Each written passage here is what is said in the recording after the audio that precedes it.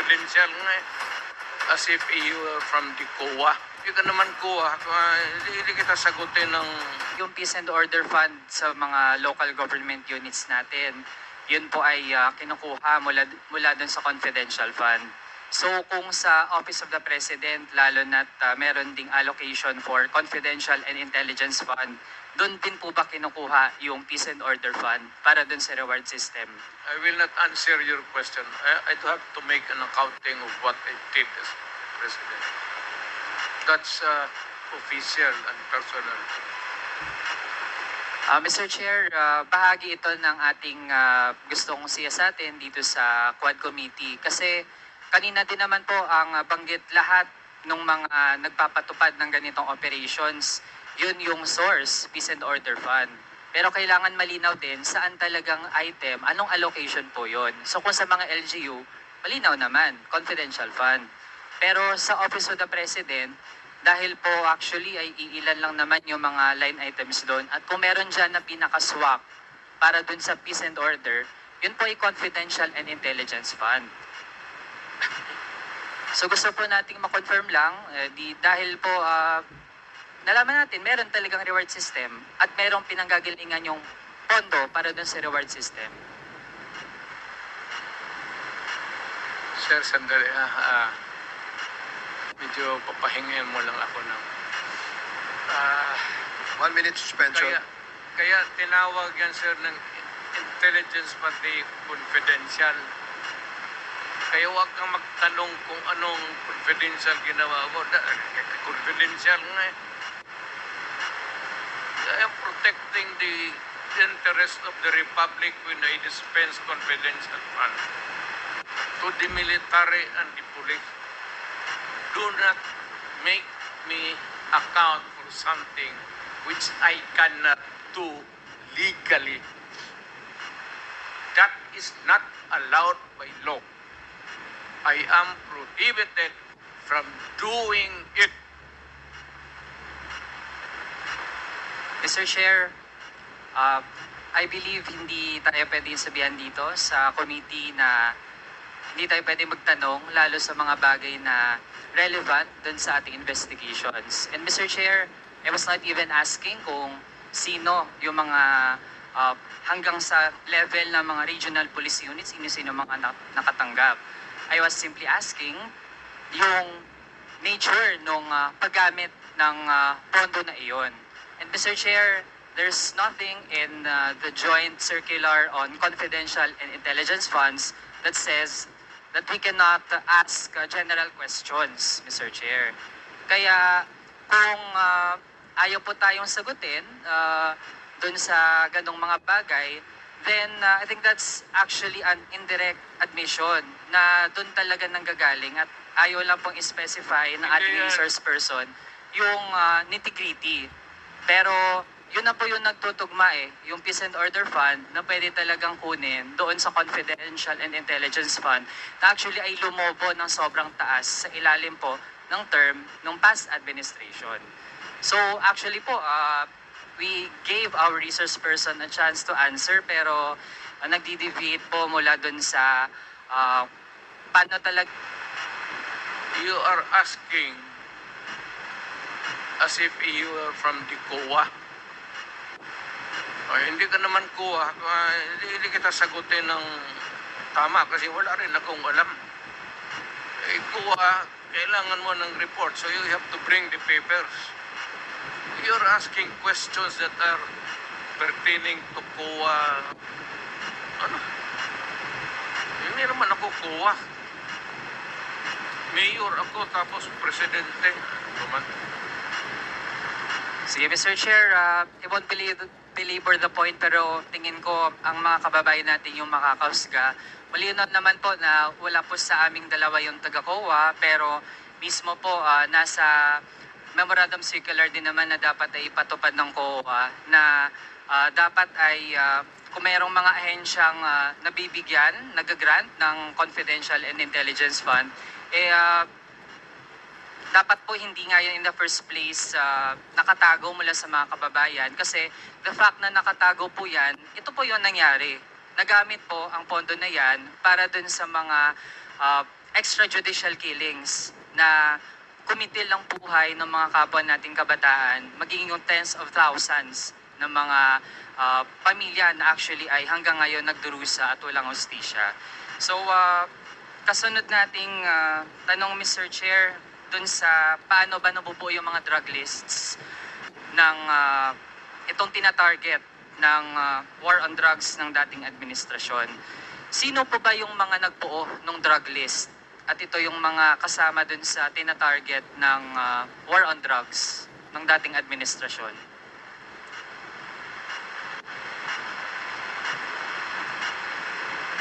Drug list, it has to come.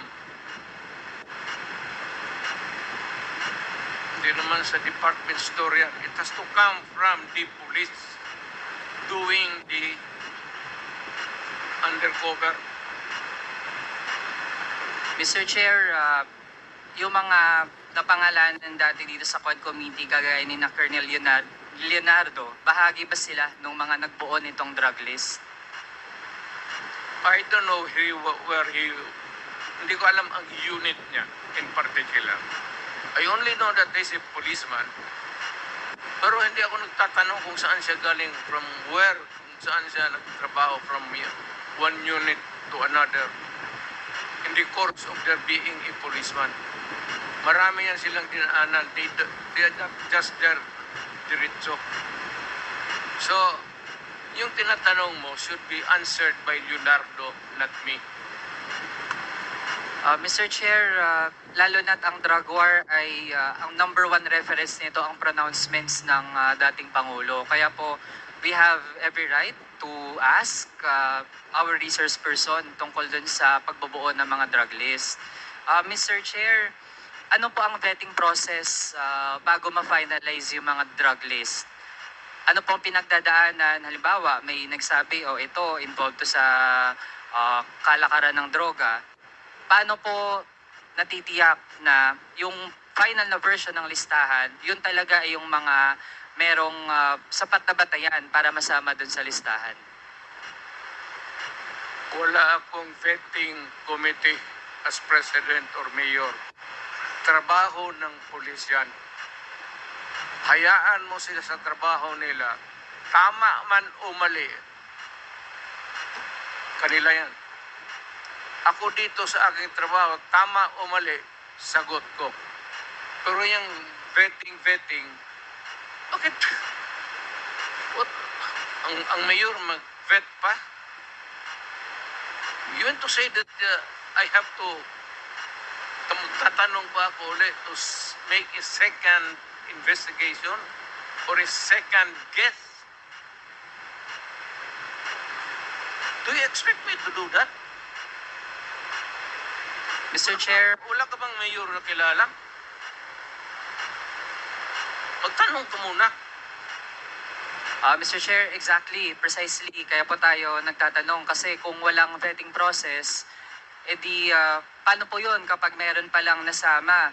Sinama lang halimbawa ng isang pulis dahil tingin niya mataas yung reward, kaya mainam na patayin nila yun kasi sasabihin lang ng dating Pangulo na siya bahala.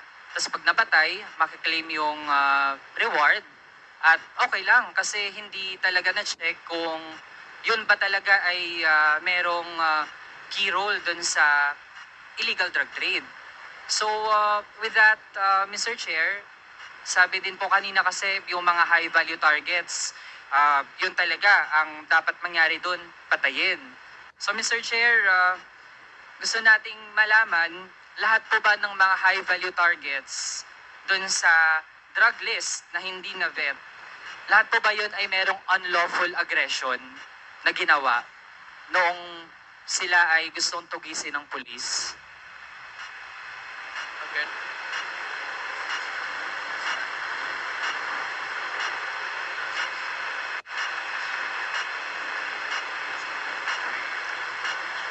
It's not, yeah, I know. Nakuha ko na.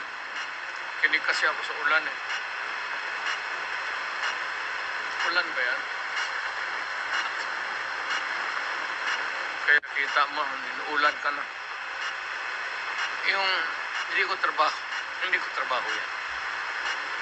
Hindi trabaho ng presidente, hindi trabaho ng mayor. I do not have that kind of duty.